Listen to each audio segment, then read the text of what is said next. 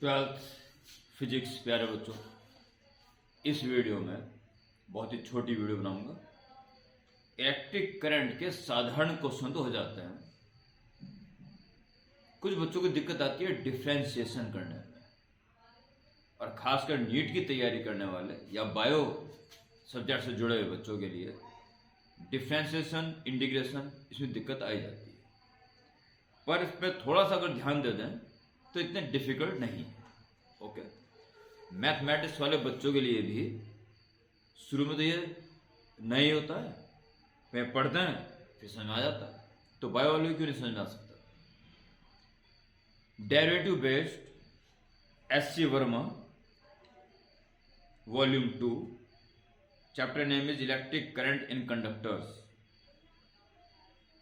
Page number 198, question number 1 differentiate से संबंधित है। अभी क्वेश्चन नंबर 4, ये दो क्वेश्चन बहुत इजी है, बताने जा रहा हूं। क्वेश्चन नंबर 1 बिल्कुल सिंपल है, एकदम simple. The amount of charge pass in time t through a cross section of a wire is. t time में कितना चार्ज फ्लो हो जाता है, it is given q at time t in time t is at square plus bt plus c. It is given। दो part में question पूछ रहा है। पार्ट ए जानना चाह रहा है right the dimensional formulae of A B and C. Dimensional formulae हर बच्चा आराम से शो कर लेता है। Dimensional formula of A, dimensions of B and dimensions of C.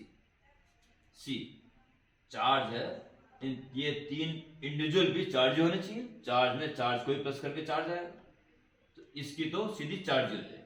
Q equal to AT, IT होता ना, तो TA ये इसकी डायमेंशन, ये भी चार्ज ही है, टी से और इंटू कर दी गई है, यानी कि इसमें टी का डिवाइड दोगे तो बी की डायमेंशन आएगी, तो टी का डिवाइड दे देंगे इसमें, समझ लो ये भी चार्ज ही हुआ ना, तीनों इंडिविजुअल चार्ज। इस चार्ज में टी का डिवाइड देना पड़ेगा तब बी का आएगा, तो चार्ज की ये है, टी का डिवाइड दोगे तो क्या बचेगा, सिर्फ ए।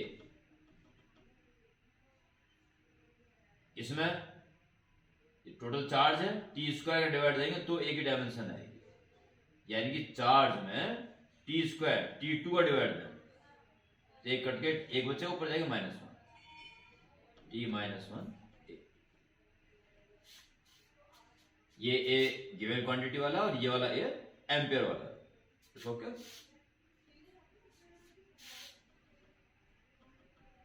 Part B, if the numericals values of A B C 5 3 1 दे रखी हैं SI units, find the value of current at t equal to 5 second. Current कैसे निकलेगा, I is equal to dq by dt, यानी q का derivative करना है इसका, 2AT, ये करंट निकल रहा है, ये करंट निकल रहा है किसी time t, 2AT plus b into 1 हो जाएगा, इस कांस्टेंट का 0। ओके, तो करंट जानना चाह रहा है वो t is equal to 5 second, 5 second is equal 2 into A की वैल्यू दी हुई है उसने क्वेश्चन में 5, बी की 3, 5 और उसकी 3, और टाइम रखना है 5 सेकेंड,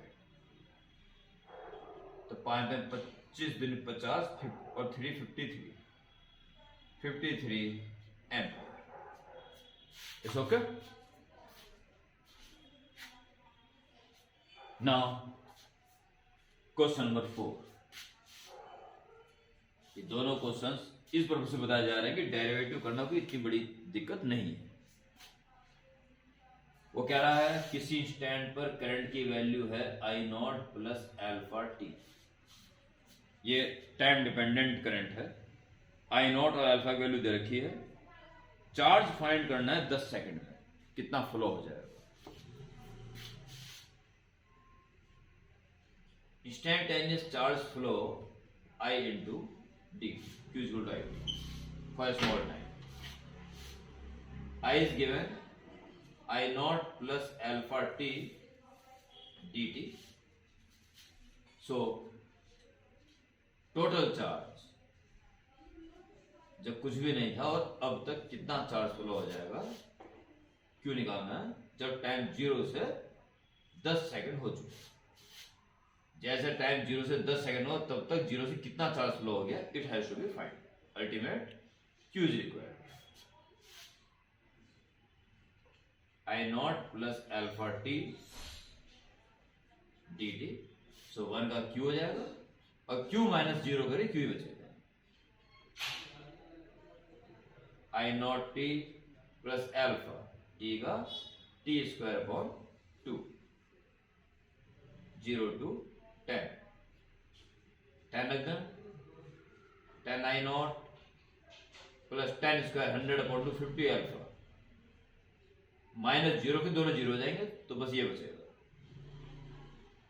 10 I नॉट की वैल्यू दी हुई है उसने 10 ampere, 10 plus 50 into alpha is given 4 ampere पर second, 4। So 100 plus 200 300 coulomb. Okay, तो 2 क्वेश्चन ऐसे थे इलेक्ट्रिसिटी में जिसके लिए डिफरेंशिएशन एंड इंटीग्रेशन की जरूरत थी। तो अगर आप प्रैक्टिस में लगातार लगे रहें तो ये भी कोई बायो वालों के लिए बड़ी दिक्कत नहीं है। बस पूरे कंसंट्रेशन के साथ लगना जरूरी है।